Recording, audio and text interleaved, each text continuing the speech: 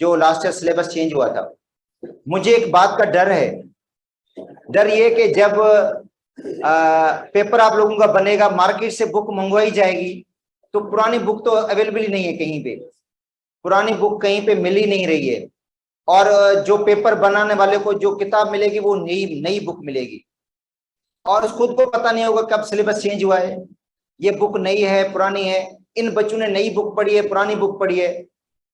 तो अगर आप रेफरेंस बुक के तौर पर आप पढ़ना चाहते हैं तो इस बुक को पढ़ लें।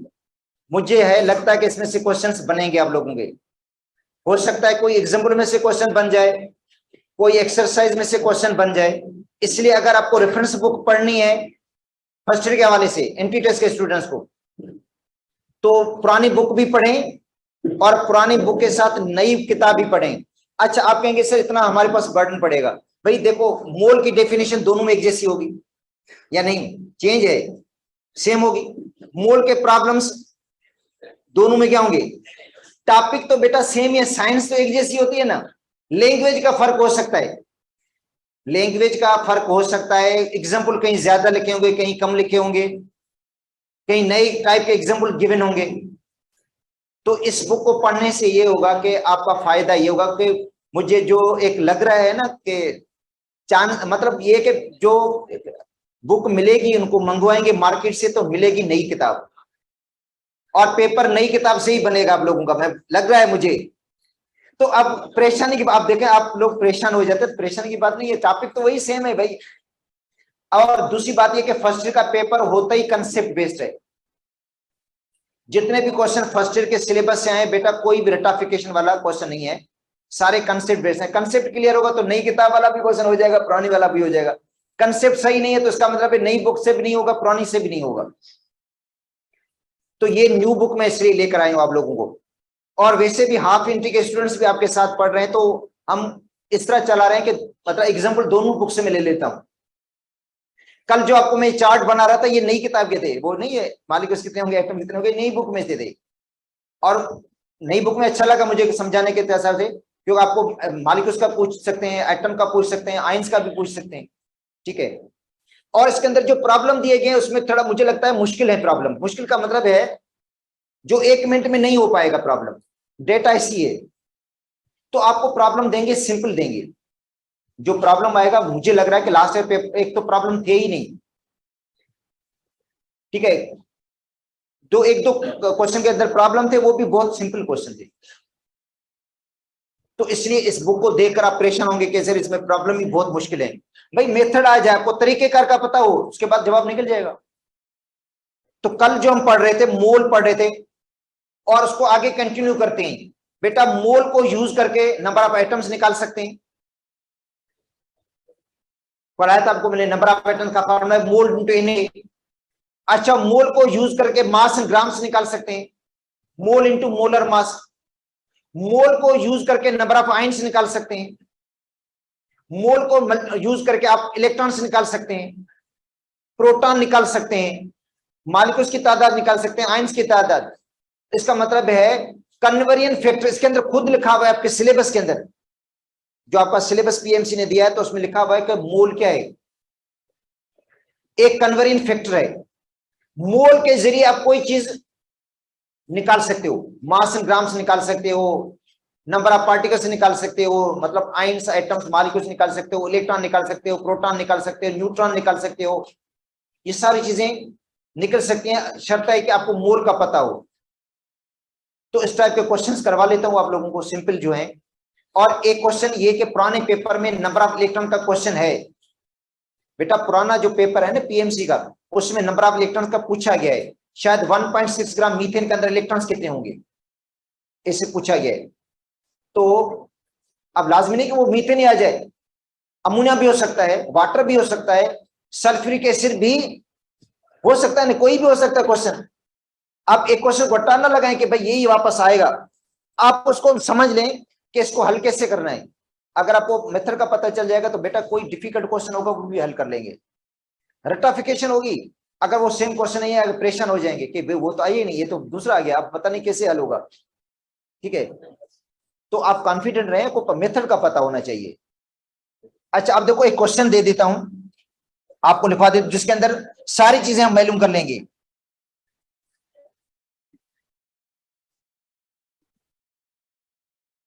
Calculate number of molecules. बेटा नंबर ऑफ मॉलिक्यूल, हालांकि कल हमने कर लिया है नंबर ऑफ मॉलिक्यूल्स का, दोबारा रिवाइज करवा देता हूं। Number of molecules, number of atoms,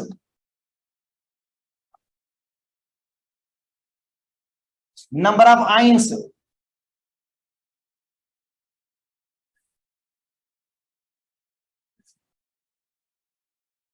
number of electrons, number of protons in 9.8 gram H3PO4।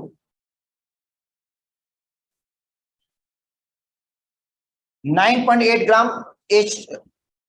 H3PO4 phosphoric acid. अब यहां पे सल्फ्यूरिक एसिड भी आ सकता है, कोई भी आ सकता है ना क्वेश्चन। तो मैं कहता हूं एक को हल करूंगा, इतने सारे क्वेश्चन फिर पूरा हमारा जो है वो एक मंथ चल जाएगा, क्वेश्चन तो खत्म नहीं होंगे। ठीक है, तो अब इसके अंदर 9.8 ग्राम फास्फोरिक एसिड के हैं, बताओ उसके अंदर मॉलिक्यूल्स कितने होंगे, उसके अंदर इलेक्ट्रॉन्स कितने होंगे, एटम्स कितने होंगे। अच्छा, इसमें हाइड्रोजन एटम का भी पूछा जा सकता है, फास्फोरस के एटम का भी पूछा जा सकता है, ऑक्सीजन के एटम का भी पूछा जा सकता है, टोटल एटम का भी पूछा जा सकता है। मेथड बता देता हूं कि टोटल आइटम पूछे जाए तो क्या लगाना है, हाइड्रोनिक आइटम पूछे जाए तो क्या लगाना होगा। अच्छा, तो पहले निकालेंगे, सबसे पहले मोल निकालो आप लोग, क्योंकि मोल हर जगह यूज हो गया। मैं बता देता हूं बेटा, मोल तो कन्वर्जिंग फैक्टर है ना। अगर इलेक्ट्रॉन मालूम करने, प्रोटॉन मालूम करने, न्यूट्रॉन मालूम करने, मोल तो जरूर लगाना ही लगाना होगा, मोल के बगैर तो निकलेंगे भी नहीं वो। अच्छा, तो पहले निकालें इसका molar mass, molar mass of H3PO4, 3 + 31 + 64 बेटा 98, और इसका यूनिट है ग्राम पर मोल। मोलर मास का यूनिट होता है ग्राम पर मोल। अगर 98 ग्राम लेंगे फास्फोरिक एसिड के, तो इसके अंदर 6.02 × 10⁻23 क्या होंगे, मॉलिक्यूल्स होंगे। हाँ, अब आते हैं पहले नंबर ऑफ मॉलिक्यूल्स निकालते हैं। बेटा नंबर ऑफ मॉलिक्यूल्स के लिए फार्मूला वही लगेगा नंबर ऑफ पार्टिकल्स वाला। कौन सा फार्मूला था, mole into Na, mole into Na, Na का मतलब एवोगाड्रो नंबर। अच्छा, मोल निकालें और मोल को मल्टीप्लाई करते हैं एवोगाड्रो नंबर के साथ। अच्छा, मोल कैसे निकलेगा, गिवन मास अपन मोलर मास। ये मैं देखो बार बार ये लिख रहा हूं, नहीं तो आगे मैं डायरेक्ट डेटा वैल्यू पुट कर देता, मगर दोबारा देखो ये भी टाइम वेस्ट कर रहा हूं। मोल का फार्मूला लगाया गिवन मास मोलर मास, क्योंकि आपको मास गिवन है, देखो गिवन क्या है। अब ऐसे बच्चे जो हर जगह गिवन मास अपन मोलर मास, हो सकता है आपको कुछ और चीज गिवन हो, तो वही मैं बोल रहा हूं ना। अब देखो गिवन है क्या, रट्टा न लगे। अब देखो गिवन क्या है, मास है, तो मोलर मास से इसको डिवाइड करना इनटू Na। अच्छा, तो गिवन मास कितना है बेटा 9.8, और मोलर मास कितना है 98 इंटू Na, तो जवाब हो गया 0.1 Na। मे भी जवाब यही हो, 0.1 Na हो, 0.2 Na हो, 0.3 हो, इसमें देखो कौन सा सही जवाब है, 0.1 Na होगा। मोल तो 0.1 निकले है ना, उसको Na से मल्टीप्लाई कर दो। हाँ, 0.1 को मल्टीप्लाई कर दो एवोगाड्रो नंबर के साथ, कितना है 6.02 × 10⁻23, तो 6.02 × 10 क्या हो जाएगा 22 मॉलिक्यूल्स होंगे। हाँ, अब मैं बता देता हूं बेटा, ये जो गिवन मास है ये चेंज हो सकता है, 4.9 हो सकता है, कम ज्यादा हो सकता है ना। तो आपको मोल निकालने होंगे, क्या करना होगा, मोल को मल्टीप्लाई करना है एवोगाड्रो नंबर से। मे बी H3PO4 ना भी हो, वहां पे और कोई हो सकता है, मीथेन हो जाए, तो भाई आपको क्या करना है, मोल निकालना है और मल्टीप्लाई करना है Na के साथ। ये हो गया नंबर ऑफ मॉलिक्यूल्स। ठीक, क्लियर है। अब आते हैं नंबर ऑफ एटम्स।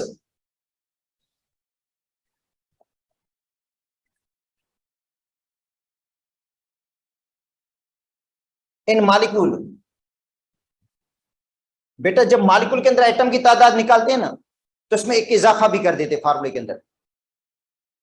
अब देखो एटम की तादाद एलिमेंट के अंदर निकालते हैं, एलिमेंट का मतलब सोडियम, पोटाशियम, कैल्शियम, जो कल मैं करवा रहा था, उसमें फार्मूला होता है मोल इंटू एन है। मगर ये एटम किसके अंदर मालूम कर रहे हो? मॉलिक्यूल के अंदर एटम की तादाद मालूम कर रहे हो। देखो मॉलिक्यूल के अंदर एटम की तादाद निकाले तो फार्मूला में क्या होगा, थोड़ी चेंजिंग होगी। Mole into N multiplied by number of atoms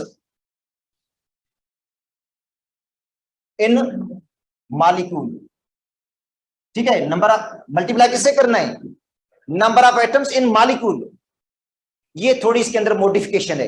ये तब लगेगा फार्मूला जब आपको एटम की तादाद मालूम करनी हो मॉलिक्यूल के अंदर। सब कहते हैं मीथेन है, वाटर है, ठीक है, अमोनिया है, ग्लूकोज है, सक्रोज है, सल्फ्यूरिक एसिड है, नाइट्रिक एसिड है। कंपाउंड के अंदर, किसके अंदर? कंपाउंड के अंदर अगर आपको एटम्स की तादाद निकालनी है तो फार्मूला क्या होगा? कंपाउंड के मोल निकलेंगे, मल्टीप्लाई करेंगे Na के साथ, मल्टीप्लाई करेंगे नंबर ऑफ एटम्स के साथ। ठीक है, अब क्या होगा भाई? कंपाउंड कौन सा है? H3PO4। कौन सा कंपाउंड है? H3PO4। ये कंपाउंड है। तो मोल कितने निकलेंगे? 9.8 डिवाइड बाय 98। अब इसकी तो रिपीटेशन हो रही है। 9.8 डिवाइड बाय 98 ये हो गया मोल इंटू Na, ये हो गया एवोगाड्रो नंबर। अच्छा मल्टीप्लाई कर दो। कौन से एटम पूछे जा रहे हैं आपसे? अगर टोटल एटम पूछे जा रहे हैं तो बेटा इसको काउंट कर दो। कितने होंगे टोटल एटम? 3 हाइड्रोजन के, 1 फास्फोरस का, तो टोटल आइटम कितने होंगे? 8। अगर टोटल आइटम मालूम करने तो इधर मल्टीप्लाई कर दो 8 के साथ। ठीक है, अगर आपको यहां पे हाइड्रोजन आइटम पूछे जाएं तो हाइड्रोजन आइटम 3 है, 3 लगा दो। फास्फोरस के पूछे जाएं 1, ऑक्सीजन के, तो मे भी आपको वहां पे टोटल आइटम का भी पूछा जा सकता है, हाइड्रोजन के आइटम का भी पूछा सकता है, ऑक्सीजन का भी। उसी हिसाब से आपको लिखना होगा। मैंने अभी टोटल आइटम का आप कह रहा हूं, इसलिए मैंने मल्टीप्लाई किया किसके साथ? 8 के साथ। तो इसका जवाब क्या होता है बेटा? इसका जवाब अभी निकल 0.1 को 8 से मल्टीप्लाई कर दें तो जवाब होगा 0.8 Na। बस ये जवाब है। नहीं तो 0.8 को मल्टीप्लाई कर दो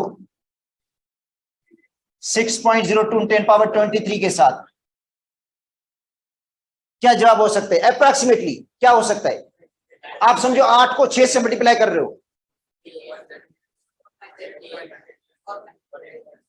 4.8 इंटू 10 पावर 23। आगे समथिंग होगा, इसको छोड़ देते हैं। 8 को 6 से मल्टीप्लाई किया हमने, ठीक है, तो ये जवाब आ गया राउंड अबाउट। ये जवाब आ गया। ये क्या हो गए? एटम्स हो गए। अब आते हैं आयंस की तादाद। अब आयंस हर कंपाउंड के अंदर आयन नहीं होंगे। जैसे मीथेन है, मीथेन में तो आयन नहीं होंगे ना, हर के अंदर नहीं होंगे। ये फास्फोरिक एसिड क्योंकि एसिड है ये आयोनाइज हो जाता है बेटा। H3PO4 आयोनाइज हो जाता है ना।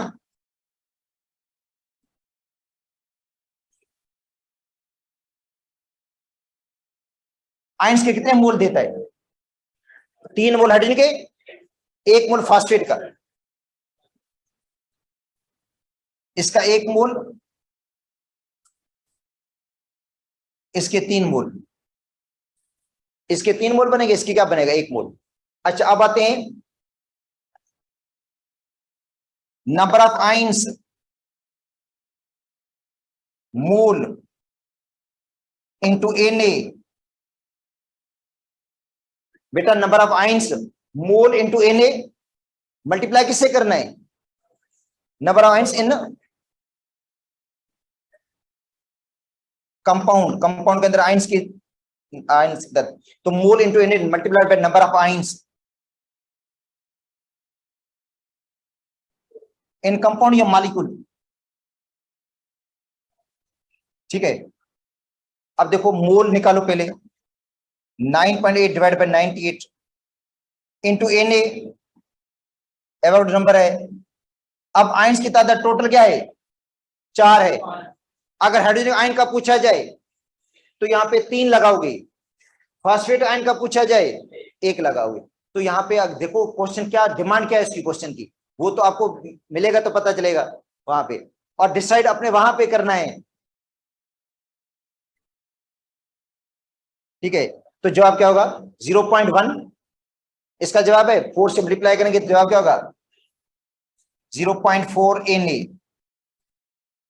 तो 0.4 को मल्टीप्लाई किससे करना है 6.02 × 10⁻23 के साथ, क्या जवाब आएगा, क्या आएगा जवाब 2.408 × 10⁻23। ये क्या हो गया बेटा आइंस हो गए, क्या हो गए आइंस। किसके अंदर कंपाउंड के अंदर, कंपाउंड के अंदर आइंस का पूछा गया है। अब आते हैं इलेक्ट्रॉन्स। अब निकालो, पहले निकालो number of electrons in one molecule of H3PO4। बेटा H3PO4 के एक मॉलिक्यूल में इलेक्ट्रॉन कितने हैं, चलो एक वाटर के अंदर कितने सॉरी इलेक्ट्रॉन्स हैं, वाटर के अंदर कितने इलेक्ट्रॉन्स होते हैं बेटा 2 इलेक्ट्रॉन हाइड्रोजन के, 8 ऑक्सीजन के, 10 इलेक्ट्रॉन्स हैं। तो वाटर के एक मॉलिक्यूल में 10 इलेक्ट्रॉन होते हैं। मीथेन में कितने इलेक्ट्रॉन होंगे CH4 6 और 4 10 हो गए। अमोनिया में NH3 में 7 और 3 10। इसका मतलब इनमें तो इलेक्ट्रॉन बराबर हो गए, बराबर है या नहीं, इनको बोलते हैं आइसो इलेक्ट्रॉनिक मॉलिक्यूल्स।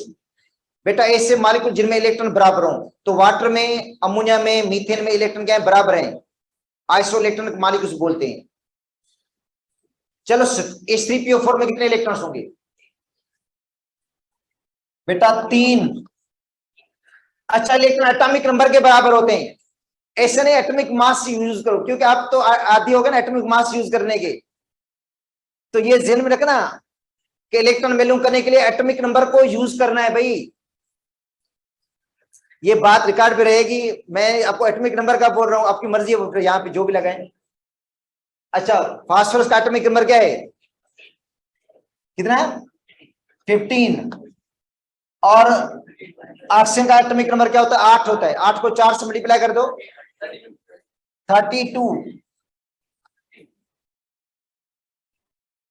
अच्छा पता है सल्फ्यूरिक एसिड में 50 इलेक्ट्रॉन होते हैं, सल्फ्यूरिक एसिड में 50 इलेक्ट्रॉन्स हैं, H2SO4 में भी। और प्रोटॉन भी कितने होंगे 50 होंगे। इसका मतलब है इलेक्ट्रॉन की तादाद प्रोटॉन की तादाद बराबर होती है। हाँ अब ये तो हो गए 50 इलेक्ट्रॉन्स किसके अंदर, एक मॉलिक्यूल के अंदर। अच्छा अब निकालें number of electrons.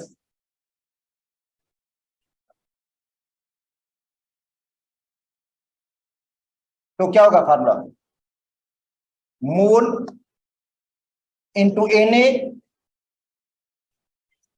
Multiplied by number of electrons in one molecule. कि वन मॉलिक्यूल में कितने इलेक्ट्रॉन है 50 है ना, तो क्या हो जाएगा मोल क्या होगा 9.8 divide by 98 into Na multiplied by 50। बेटा जवाब आएगा 0.1। 0.1 को 50 से मल्टीप्लाई कर दो 5 Na होगा। 5 मल्टीप्लाइड बाय 6.02 इंटू 10⁻23, क्या जवाब होगा 3.01 इंटू 10⁻24 कर देता हूं मैं। ठीक है पावर को चेंज कर दिया मैंने जी। 3.01 होगा, भले अपन 3.01 आएगा, 3.1 नहीं है 3.01 आएगा, भले कैलकुलेट करके देखो 3.1 आएगा। अच्छा इलेक्ट्रॉन्स होंगे ये, और प्रोटॉन्स भी सेम होंगे। प्रोटॉन भी क्या होंगे?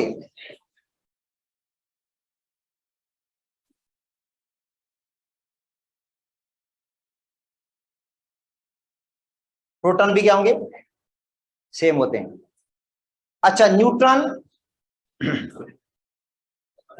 तो हाइड्रोजन में तो न्यूट्रॉन है ही नहीं, बाकी में न्यूट्रॉन निकाल देना, कर लोगे या नहीं? न्यूट्रॉन निकाल दोगे आप लोग? तो बेटा ये देखो, इसके अलावा कल मास एंड ग्राम्स का कर लिया था प्रॉब्लम, मास एंड ग्राम्स का हो गया था।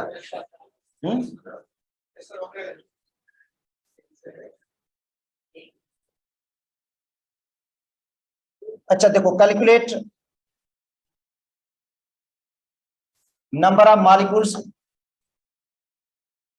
इन 1 dm group of carbon dioxide. Carbon dioxide के 1 dm ग्रुप में मॉलिक्यूल्स कितने होंगे? बेटा 1 dm carbon dioxide, 1 dm oxygen, किसी में 1 dm ग्रुप में मॉलिक्यूल्स की तादाद तो पूछी जा सकती है ना, कितने होंगे 1 dm कार्बन डाइऑक्साइड मॉलिक्यूल्स की तादाद? दो तरीकों से कर सकते हैं इसको आप लोग। बेटा दो मेथड है जिसके जरिए आप कर सकते हैं इसको। एक तो ये होगा, नंबर ऑफ मॉलिक्यूल्स का निकालने का फार्मूला है मोल इंटू Na, सही है, मोल इंटू Na। अच्छा मोल का फार्मूला क्या होगा? अब देखो यहां पे वॉल्यूम आपको गिवन है, तो गिवन वॉल्यूम अपन मोलर वॉल्यूम इंटू Na, तो गिवन वॉल्यूम कितना है? गिवन वॉल्यूम 1 डिवाइड करेंगे किसके साथ? 24 से इंटू Na, तो इसका मतलब है जवाब क्या हो जाएगा? Na अपान 24, यही होगा ना जवाब। दूसरा तरीका ये होगा कि 22.4 dm good of CO2 contains 6.02 × 10⁻23 molecules। सही है, 22.4 dm गुड कार्बन डाइऑक्साइड के मॉलिक्यूल्स की तादाद क्या है? 6.02 × 10⁻23। बेटा ये वॉल्यूम है, इसके अंदर मॉलिक्यूल्स कितने हैं, तो 1 dm गुड में कितने होंगे? डिवाइड करना होगा, 6.02 × 10⁻23 डिवाइड बाय, तो वही जवाब होगा, ये Na अपॉन 24। तो किसी भी तरीके से करेंगे जवाब वही आएगा भाई। 22.4 dm गुड मॉलिक्यूल्स हैं, डीएम गुड कार्बन डाइऑक्साइड, उसके अंदर मॉलिक्यूल्स की तादाद 6.02 × 10⁻23 है, तो 1 dm गुड में कितने होंगे? अच्छा find out number of molecules in 1 dm गुड वाटर, क्या सेम फार्मूला लगेगा? फार्मूला सेम लगेगा या डिफरेंट लगेगा, मुझे बताओ जल्दी। नहीं लगेगा सेम, वाटर लिक्विड में है बेटा, वाटर लिक्विड में तो गिवन वॉल्यूम अपन मोलर वॉल्यूम कैसे लगाओगे फार्मूला? मैंने कल आपको बताया था कि गिवन वॉल्यूम अपन मोलर वॉल्यूम सिर्फ गैसेस के लिए अप्लाई होता है, इसलिए मैंने ये एग्जांपल इसलिए दिया आप लोगों को ताकि आपको फर्क का पता चले। 1 dm गुड कार्बन डाइऑक्साइड गैस सी, 1 dm गुड वाटर क्या है? लिक्विड है, और वाटर की डेंसिटी 1 होती है। देखो डेंसिटी वाटर की क्या है? 1 डेंसिटी है।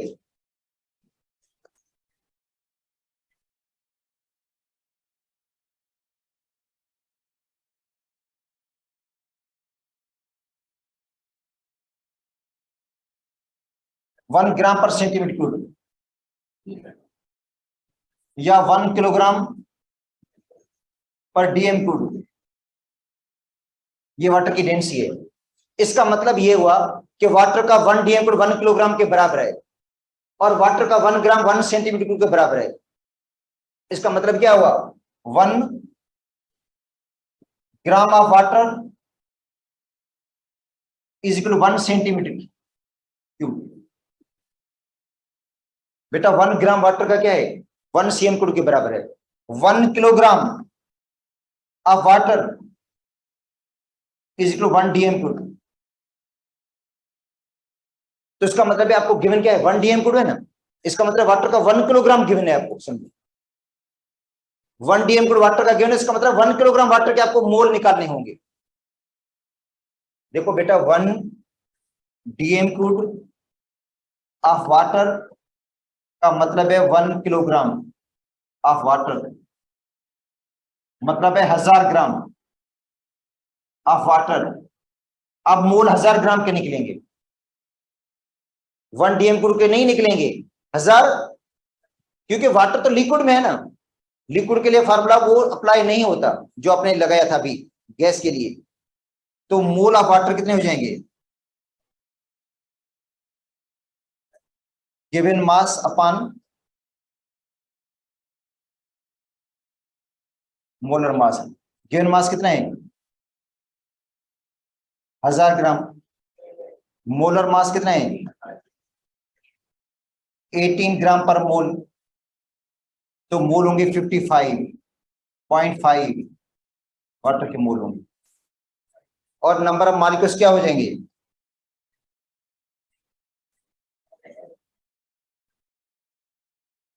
नंबर ऑफ मॉलिक्यूल्स कितने होंगे, mole into Na, 55.5 multiplied by Na, ये जवाब होगा इसका। या 55 Na लिख दो, 55 Na, Na को मल्टीप्लाई करेंगे 55.5 से। अब एक क्वेश्चन होमवर्क के लिए दे देता हूं आपको,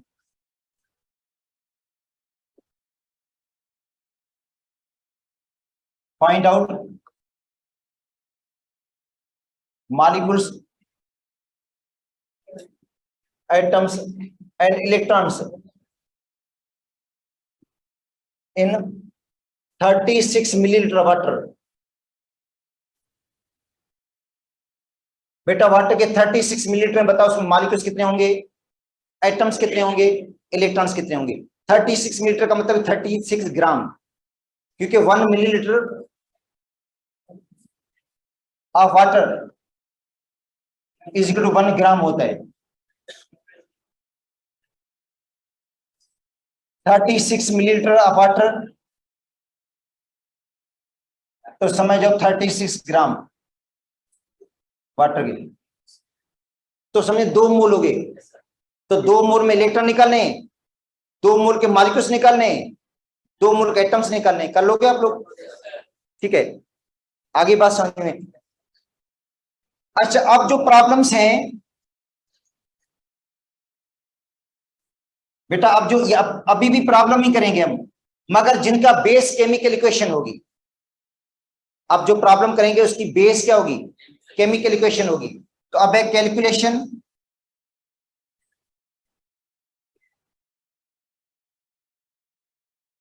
बेस्ड अपॉन केमिकल इक्वेशन। बेटा कैलकुलेशन करेंगे, प्रॉब्लम्स करेंगे जिनका बुनियाद, जिनका बेस किस पर होगा, केमिकल इक्वेशन के बगैर विदाउट वो प्रॉब्लम हल नहीं होंगे। केमिकल इक्वेशन लिखेंगे उसके बाद हल हो जाएंगे, ठीक है।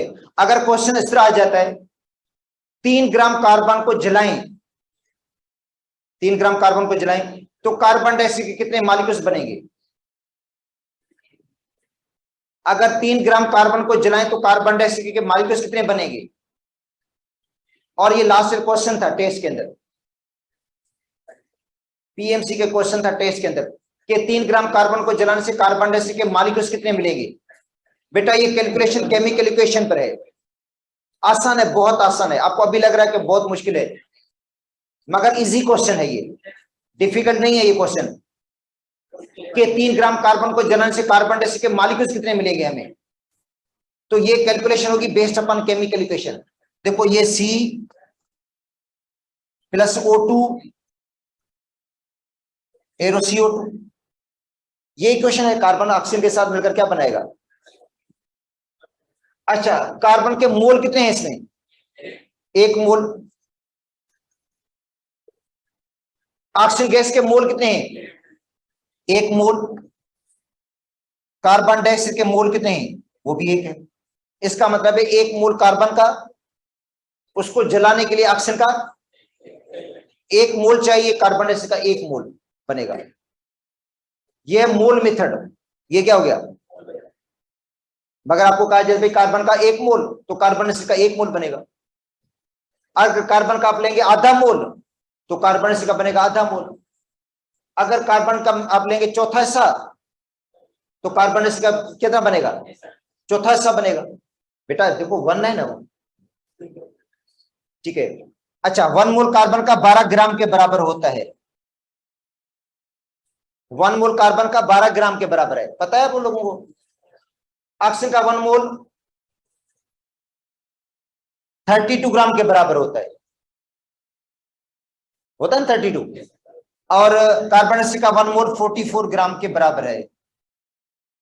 तो ये क्वेश्चन बता रही है कि 12 ग्राम कार्बन को जलाएंगे तो ऑक्सीजन चाहिए 32 ग्राम,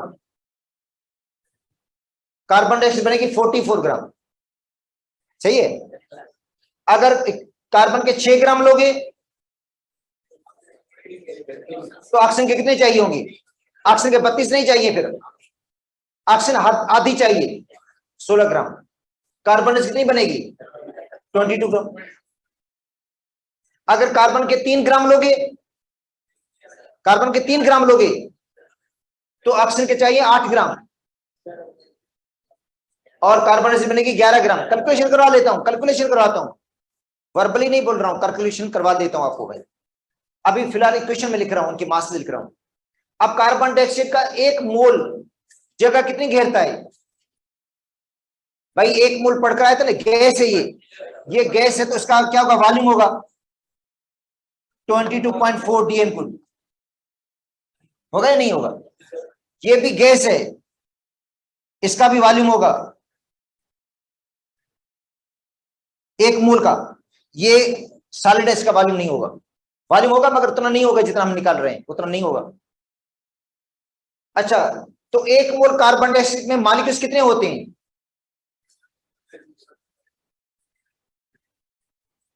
6.02 इंटू 10 पावर 23 मॉलिक्यूल्स होते हैं। ऑक्सीजन का 1 मोल मॉलिक्यूल्स कितने होंगे? 6.02 10 पावर 23। क्या कार्बन में मॉलिक्यूल्स होंगे? एटम्स। 6.02 into 10 power.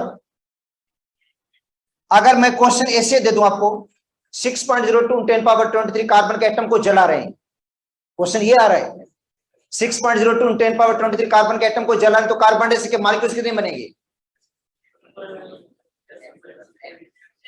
इक्वेशन लिखोगे तो पता चल जाएगा। अगर इक्वेशन नहीं लिखोगे तो पता ही नहीं चलेगा आपको कि कितने कार्बन डाइऑक्साइड मॉलिक्यूल्स बनेंगे। इक्वेशन से पता चल रहा है ना आपको। अच्छा, अब क्वेश्चन जो पूछा गया है वो ये है, find out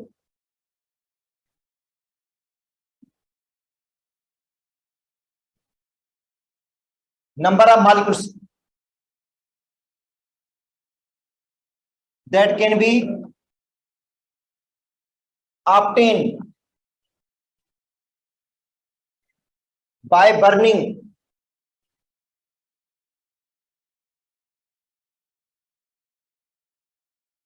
3 gram carbon. Carbon के 3 ग्राम को जलाने से कार्बन डाइऑक्साइड का मॉलिक्यूल्स कितने मिलेंगे? इक्वेशन पे आ जाते हैं वापस। इसको देखो, 12 ग्राम को, इधर देखो ये क्या है? 12 ग्राम, 12 ग्राम है ना कार्बन के। कार्बन डाइऑक्साइड मॉलिक्यूल्स कितने बन रहे हैं? सामने लिखा हुआ है,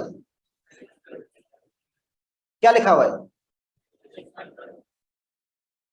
बच्चों सोचिएगा, हमेशा कैसे पता चलेगा कि बेटा कार्बन डाइऑक्साइड का 1 मोल है ना, 1 मोल 44 ग्राम, 1 मोल का वॉल्यूम 20.4, 1 मोल के अंदर मॉलिक्यूल्स की तादाद। तो मैं लिख सकता हूं इस तरह कि भाई 12 ग्राम कार्बन, इसको जलाने से 6.02 इंटू 10 पावर 23 मॉलिक्यूल्स हासिल होंगे किसके, कार्बन डाइऑक्साइड के। अंडरस्टैंड है, ये तो क्लियर है ना। तो 12 ग्राम को जलाने से इतने मॉलिक्यूल्स बनते हैं। तो 1 ग्राम को जलाने से कितने मिलेंगे, एक के लिए हमेशा डिवाइड करते हैं 6.02 10 पावर 23 को डिवाइड कैसे करेंगे हम, 12 से, ऐसे ही होगा ना, 12 से डिवाइड करते हैं। अब बताओ 3 ग्राम से जलाने से कितना मिलेगा। अब गिवन 3 है बेटा, गिवन क्या है, 3 है, 3 ऊपर जाकर मल्टीप्लाई हो जाएगा, ग्राम ग्राम में कट जाएगा, 3 इसको कितनी बार लगेगी, 4 बार। 6.02 को 4 से डिवाइड कर दो तो जवाब आएगा 1.5 into 10 power 23 molecules of CO2। अगर ऑक्सीजन का पूछा जाता तो क्या जवाब होता, मुझे बताओ। सेम जवाब होगा, क्यों, 12 ग्राम को जलाने के लिए ऑक्सीजन के भी कितने मॉलिक्यूल चाहिए, तो जवाब क्या होगा, सेम होगा या डिफरेंट होगा, सेम जवाब होगा।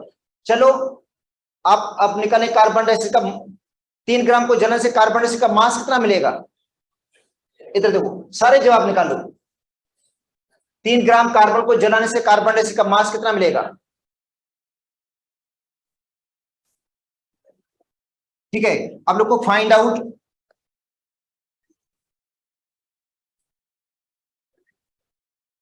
mass of CO2 that can be obtained by heating, by burning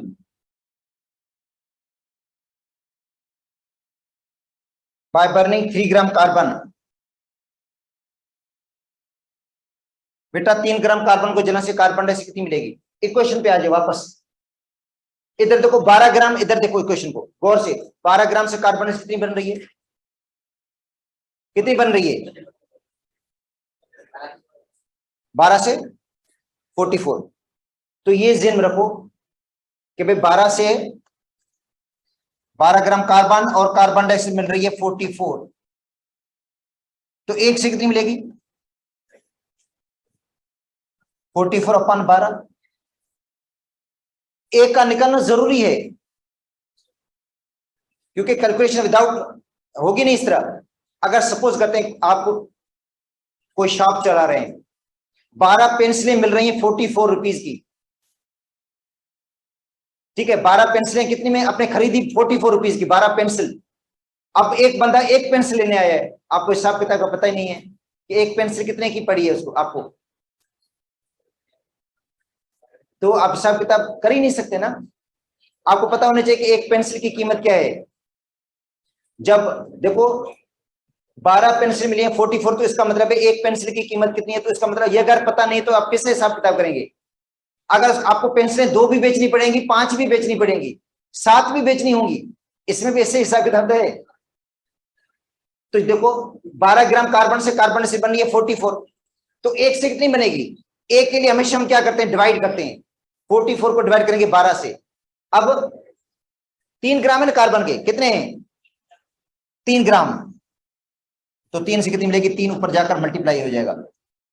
अब 3 को 12 को कितनी बार लगेगा, तो 11 ग्राम कार्बन डाइऑक्साइड। इसका मतलब है 3 ग्राम कार्बन को जलाएंगे आप लोग तो कार्बन डाइऑक्साइड के कितने बनेंगे, 11 ग्राम, 11 ग्राम कार्बन डाइऑक्साइड मिलेगी। तो ये मास भी हो गया, पहले मॉलिक्यूल्स निकाल दिए, अब क्या निकाला, मास निकाल दिया। अब निकालें volume, find out volume of CO2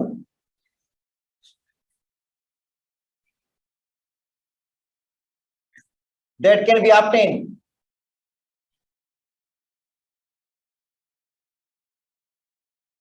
by burning 3 gram carbon. 3 gram carbon को जलाने से कार्बन डाइऑक्साइड का वॉल्यूम कितना बनेगा, इधर इसको देखो, वापस इक्वेशन पे आ जाओ, इसको देखो, 12 ग्राम कार्बन को जलाने से कार्बन डाइऑक्साइड का वॉल्यूम कितना बन रहा है, 24 कहां से आ गया, क्योंकि एक मोल है, एक मोल का वॉल्यूम होते ही 24 है, तो हम कह सकते हैं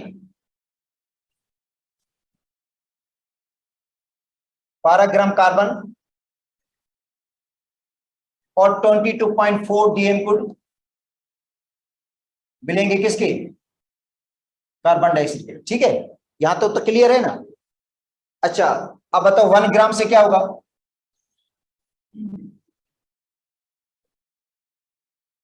अपन 12। अच्छा हमारे पास कितने ग्राम है, 3 ग्राम गिवन है, तो 3 से इसको मल्टीप्लाई कर दो, क्या हो जाएगा, 3 का कितनी बार लगेगा इसको, 5.16। अब आखिरी 3 ग्राम कार्बन को जलाने से कार्बन डाइऑक्साइड के मोल कितने बनेंगे, हाँ तो वो कैलकुलेट करने होंगे हमें।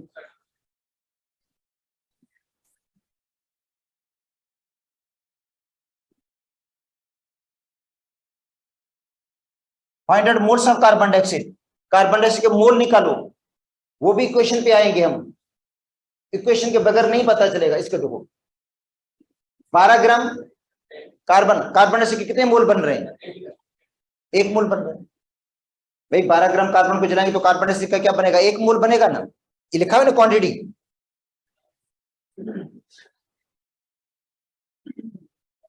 तो हम लिखेंगे 12 ग्राम कार्बन और 1 मोल ऑफ कार्बन डाइऑक्साइड, तो 1 से कितना मिलेगा 1/12। तो 3 ग्राम से कितना मिलेगा 1/4 मोल, 1/4 मोल का मतलब क्या हो गया 0.25। अब मैं बता दूं इस क्वेश्चन के जवाब 4 मुख्तलिफ यूनिट्स के अंदर गिवन थे, मोल में भी गिवन थे, मॉलिक्यूल्स में भी गिवन थे, वॉल्यूम भी गिवन था, ठीक है, और मोल मास वॉल्यूम, 4 जवाब थे, 4 ही हमने निकाले हैं, उनमें एक करेक्ट था, बाकी सारे रॉन्ग थे। और वो करेक्ट कौन सा था, मॉलिक्यूल्स वाला जवाब। क्वेश्चन था कि 3 ग्राम कार्बन को जलाने से क्या मिलेगा हमें, कार्बन डाइऑक्साइड के मोल कितने मिलेंगे, मोल का जवाब क्या होना चाहिए था, वो जवाब था ही नहीं करेक्ट। अच्छा दूसरा वॉल्यूम कितना मिलेगा 5.6, वो भी जवाब करेक्ट नहीं था। मास ग्राम्स कितना मिलेगा कार्बन डाइऑक्साइड का, वो भी जवाब करेक्ट, जवाब कौन सा करेक्ट था, मॉलिक्यूल्स का। तो इसका मतलब है आपको सारे जवाब कैलकुलेट करने हो सकते, मतलब करने आए। अगर एक सब्सटेंस का मास गिवन है तो आप उसके मोल भी निकाल दो, प्रोडक्ट के मोल निकालो, मॉलिक्यूल्स निकालो, वॉल्यूम निकालो, जो चीज पॉसिबल है वो आपने कैलकुलेट करनी है। तो ये कैलकुलेशन है बेटा, ये प्रॉब्लम्स हैं जिनकी बेस किस पर है, केमिकल इक्वेशन पर है। देखो अभी मैंने ऊपर हेडिंग क्या लिखी थी, calculation based upon chemical equation, मतलब प्रॉब्लम्स जिनकी बेस क्या हुई, केमिकल इक्वेशन के बगैर हल नहीं होंगे, ठीक है। और इस रिलेशनशिप को हम क्या कहते हैं, स्टोइकोमेट्री।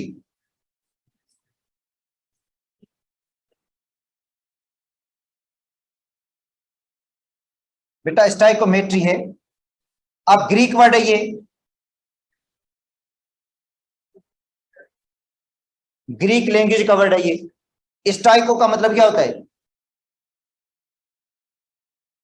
का मतलब है एलिमेंट, और मेट्री का मतलब क्या होता है,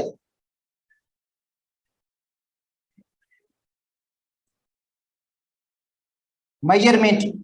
मतलब इसके अंदर हम एलिमेंट्स की मेजरमेंट करेंगे। मेजरमेंट किसकी, मास की, मेजरमेंट किसकी, मोल की, मेजरमेंट किसकी, वॉल्यूम की, मॉलिक्यूल्स की, मतलब ऑल पॉसिबल चीजें मालूम कर सकते हैं, मॉलिक्यूल्स निकाल सकते हैं, एटम, जब मॉलिक्यूल निकलेगा तो एटम भी निकल जाएंगे। शुक्र है वो नहीं पूछा कि कार्बन के 3 ग्राम को जलाने से कार्बन डाइऑक्साइड इलेक्ट्रॉन कितने बनेंगे, उसमें इलेक्ट्रॉन कितने होंगे, ये भी पूछा जा सकता है।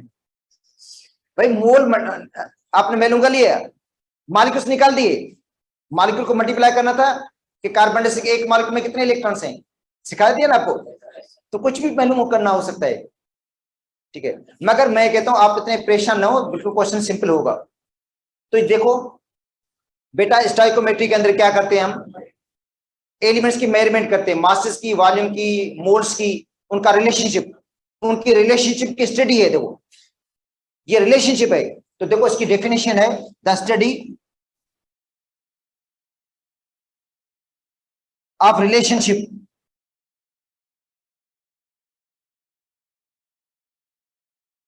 ये स्टडी किसकी?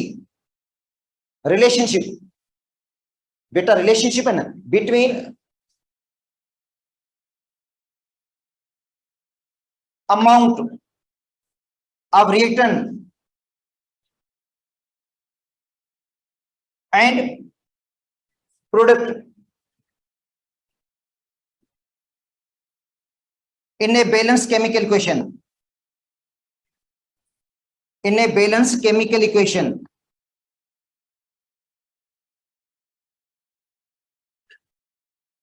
देखो बेटा बैलेंस केमिकल इक्वेशन में रिएक्टेंट और प्रोडक्ट के अमाउंट्स के बीच में रिलेशनशिप होता है। देखो बैलेंस केमिकल इक्वेशन में रिएक्टेंट और प्रोडक्ट के आपस में क्या है? रिलेशनशिप है। रिलेशनशिप का स्टडी को हम क्या कहते हैं? स्टोइकियोमेट्री कहते हैं। ठीक है, और ये रिलेशनशिप हर जगह चलता है। वैसे हमारे घर में भी ये चलता है। देखिए कैसे, जब हम खाना पकाते हैं, अगर एक बंदे का खाना पकाते हैं तो सालन भी उसी हिसाब से बनता है। उसमें नमक उतना ही पड़ता है, ऑयल वगैरह वो इतनी चीजें डालते हैं। अगर 10 लोगों का खाना बन रहा है तो उसके अंदर ऑयल का अमाउंट भी बढ़ाना पड़ता है, उसके अंदर नमक का अमाउंट भी बढ़ाना पड़ता है, सालन भी हमें ज्यादा पकाना पड़ता है। अगर कोई दावत कर लेते हैं हम 500 लोगों की, तो दावत में खाना भी इसी तरह से बनता है। जो बावर्ची होता है वो आपको बता देगा उसका रिलेशनशिप का, वो बता देगा इतने चावल लेने होंगे, इतनी आपको मतलब ये मुर्गी वगैरह लेनी होगी या गोश्त लेना होगा, इतना आटा चाहिए होगा, इतना, मतलब वो सारी अमाउंट बता देता है। और फिर देग के अंदर भी रिलेशनशिप होता है। वो अगर देग पकती है उसके अंदर भी वो क्या करता है? ऑयल वगैरह डालता है, नमक डालता है। अगर थोड़ा भी अमाउंट 19-20 हो जाता है तो जायका ही खराब हो जाता है। तो वो भी क्या है किस्म का बेटा रिलेशनशिप है ना। ये भी है कि भाई 3 ग्राम कार्बन से कार्बन डाइऑक्साइड कितनी बन रही है? रिलेशन। 12 ग्राम कार्बन से कार्बन डाइऑक्साइड कितनी बनेगी? 44 ग्राम। 24 ग्राम कार्बन से कार्बन डाइऑक्साइड कितनी मिलेगी? 88 ग्राम। तो बेटा ये रिलेशनशिप नहीं है ना रिलेशनशिप। मगर इस रिलेशनशिप के लिए भी कंडीशंस हैं, अजम्पशंस हैं। ये भी ऐसे नहीं होगा रिलेशनशिप।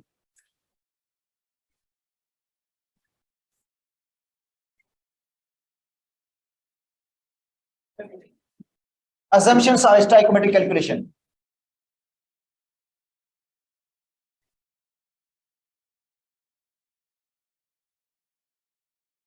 जो stoichiometric calculation के assumptions, नंबर 1,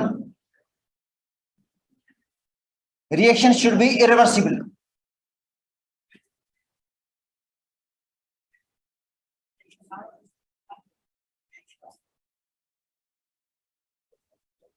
क्या होना चाहिए रिएक्शन? बेटा रिएक्शन इरिवर्सिबल होना चाहिए। अगर रिवर्सिबल होगा तो वापस प्रोडक्ट रिएक्टेंट में तब्दील हो जाएगा।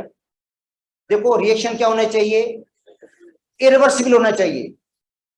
अगर रिवर्सिबल होगा तो प्रोडक्ट वापस किस में तब्दील हो जाएगा? उतना प्रोडक्ट नहीं बन पाएगा जितनी आपने कैलकुलेशन की है। जितनी आपने कैलकुलेशन की उतना प्रोडक्ट बनेगा ही नहीं, क्योंकि रिएक्शन रिवर्सिबल है। तो नंबर 1 रिएक्शन क्या होना चाहिए? इरिवर्सिबल हो, उसके लिए कैलकुलेशन बेहतर रहेगी। Number 2 reactant completely converted into product.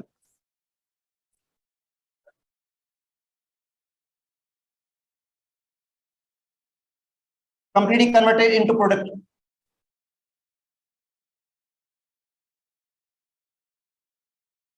क्या होना चाहिए?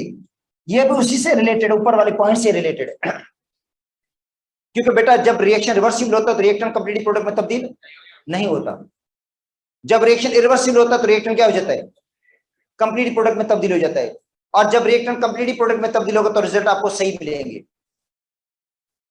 जो प्रैक्टिकल यील्ड और थ्योरेटिकल यील्ड वो आपस में मैच करेगी, अदरवाइज फर्क हो जाएगा। थ्योरेटिकल यील्ड एक होगी, प्रैक्टिकल यील्ड क्या होगी? दूसरी होगी, फर्क आ जाएगा। नहीं, परसेंटेज यील्ड फिर निकालते हैं। तीसरी पॉइंट, नो साइड रिएक्शन अकर।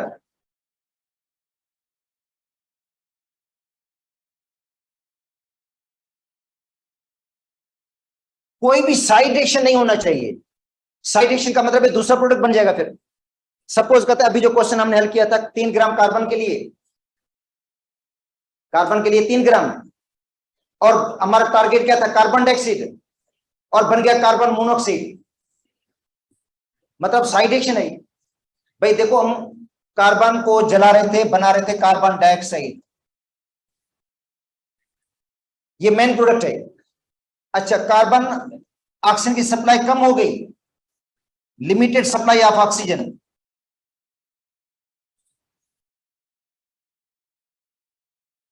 लिमिटेड सप्लाई होगी ऑक्सीजन की, तो बन जाएगा कार्बन मोनोऑक्साइड। क्या बन गया, ये क्या है, साइड रिएक्शन है।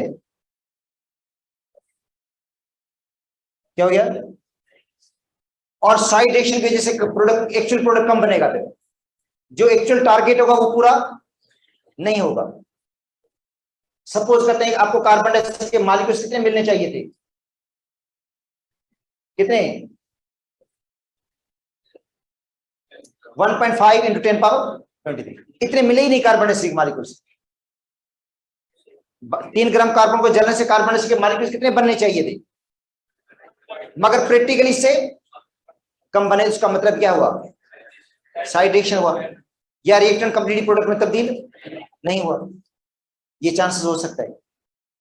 ठीक है, जब भी आपको प्रोडक्ट कम मिले तो समझ जाओ या तो साइड रिएक्शन हुआ, या रिएक्शन जो है वो कंप्लीटली प्रोडक्ट में तब्दील, या रिएक्शन रिवर्सिबल है। रिएक्शन क्या है, रिवर्सिबल है। तो साइड रिएक्शन नहीं होना चाहिए। समझाया बात।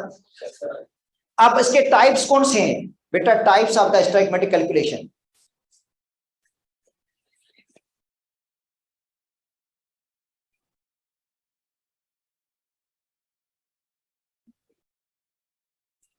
स्टोइकोमेट्रिक कैलकुलेशन के टाइप्स, नंबर 1, एक है मास मास रिलेशनशिप।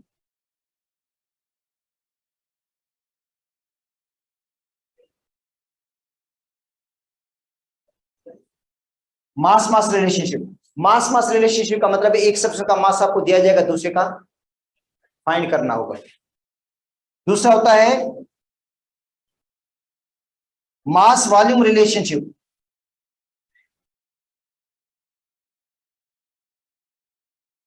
मास वॉल्यूम का मतलब है मास दिया जाएगा, वॉल्यूम फाइंड करना होगा, या वॉल्यूम दिया जाएगा, मास को फाइंड करना होगा। तीसरा है वॉल्यूम वॉल्यूम रिलेशनशिप।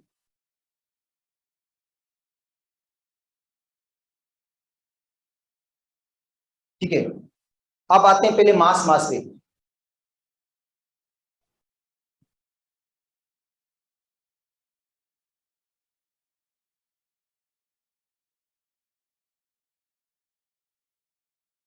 इसमें क्या होगा, unknown mass of one substance.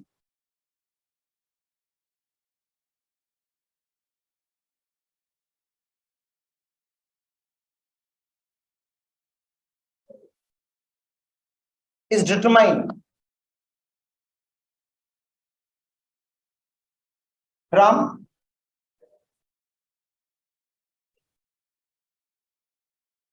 known mass of other substance। बेटा एक सब्सटेंस का मास आपको दिया जाएगा, दूसरे का मालूम करना होगा। जैसे अभी क्वेश्चन दिया था मैंने, 3 ग्राम कार्बन को जलाएं, कार्बन डाइऑक्साइड का मास कितना मिल रहा है, तो ये मास मास रिलेशनशिप है ना भाई। 3 ग्राम कार्बन है, उसको जलाने से कार्बन डाइऑक्साइड का मास कितना मिल रहा है, तो इसका मतलब क्या हुआ, ये रिलेशनशिप कौन सा है, मास मास रिलेशनशिप है। एक सब्सटेंस का मास दिया गया, दूसरे का फाइंड करना है। तो अब आते हैं इस पर, इस टाइप का प्रॉब्लम है, find out mass of carbon dioxide and calcium oxide that can be obtained by heating 50 gram limestone,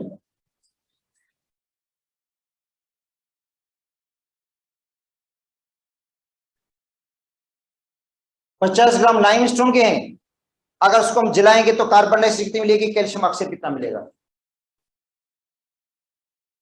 बेटा, कैल्शियम कार्बोनेट है ये, calcium oxide plus carbon dioxide. ठीक है, ये इक्वेशन है इसकी।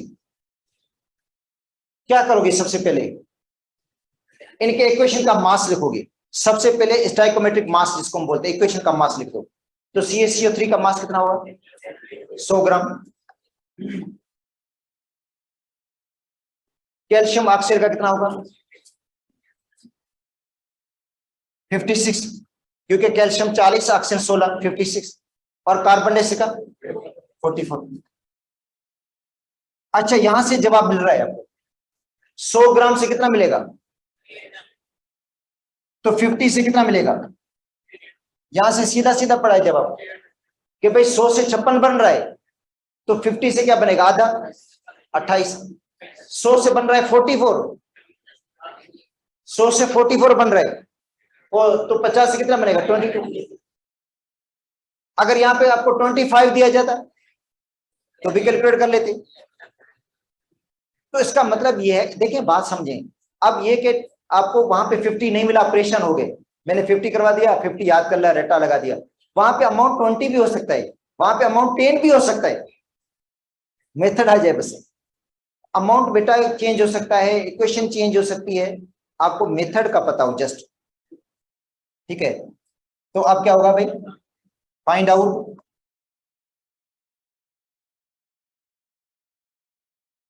Mass of calcium oxide. तो क्या लिखोगे, 100 ग्राम कैल्शियम कार्बोनेट। अच्छा, ये प्रोड्यूस वगैरह उधर चक्कर नहीं लगाना, प्रोड्यूस लिखना करना, वहां पे टाइम ही नहीं होगा कि इतना लिखें प्रोड्यूस, बस 100 लिखो, उधर 40 56 लिख दो बस।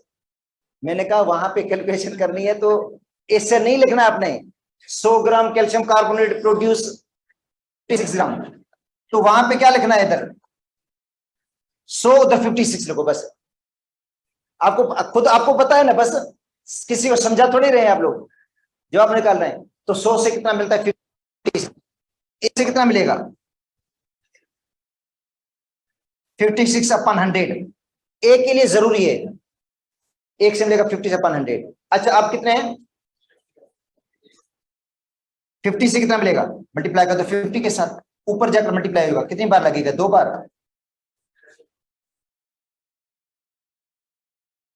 28 ग्राम। ठीक है, अच्छा अब है find out mass of carbon dioxide. क्या लिखोगे, 100 ग्राम calcium carbonate produce 44 gram carbon dioxide. बेटा 100 से 44 बन रहा है, तो एक से कितना मिलेगा,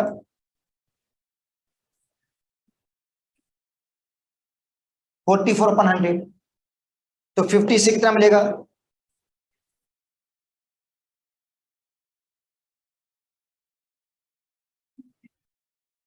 अच्छा दूसरे जवाब क्या हो सकते हैं इसके, सारे और जवाब निकालो, मोल कितने बनेंगे, दूसरे जवाब निकालो इससे।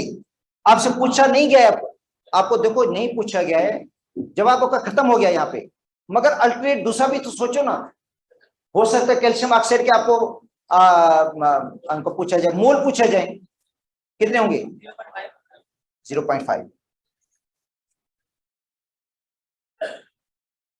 वॉल्यूम पूछा जा सकता है, नहीं, सॉलिड है ये। अब हर जगह हर जगह ऐसा नहीं हुई, सॉलिड है calcium oxide, carbon dioxide gas है, कैल्शियम कार्बन भी सॉलिड है। मॉलिक्यूल्स पूछे जा सकते हैं, और या formula, calcium oxide formula units, सुनो एक फार्मूला यूनिट्स पूछा जा सकता है, कार्बनिक कंपाउंड है ना कैल्शियम ऑक्साइड, तो क्या होगा, कितने होंगे formula units, 3.01 into 10 power formula unit.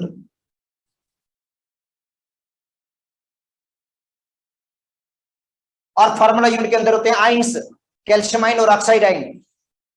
चलो कार्बन डाइऑक्साइड के हवाले से बताओ क्या होगा, 0.5। मॉलिक्यूल्स कितने होंगे, 3.01 into 10 पावर 23 मॉलिक्यूल्स। वॉल्यूम क्या होगा, 11.2 dm गुड वॉल्यूम। तो अब देखो इसका वॉल्यूम पूछा जा सकता है, कार्बन डाइऑक्साइड है, समझ आ गई बात नहीं? तो बेटा ये हमने एक्स्ट्रा जवाब निकाले, हालांकि जरूरत ही नहीं थी इसकी, मगर ये कि जो चीज नहीं पूछी गई उसके भी कैलकुलेशन कर लेते ताकि आपको आइडिया हो जाए कि एक जवाब निकालने के बाद हम दूसरे उसी से जवाब निकाल सकते हैं। आपको अपने कैल्शियम ऑक्साइड का मास निकाला, आधा मोल है, आधे मोल का अपने मॉलिक्यूल्स निकाल दिए, वो फार्मूला यूनिट्स निकाल दिए, और ये भी आधा मोल है, आधे मोल का वॉल्यूम निकाल दिया, उनके अंदर मॉलिक्यूल्स की तादाद निकाल दी। समझे आगे बात नहीं?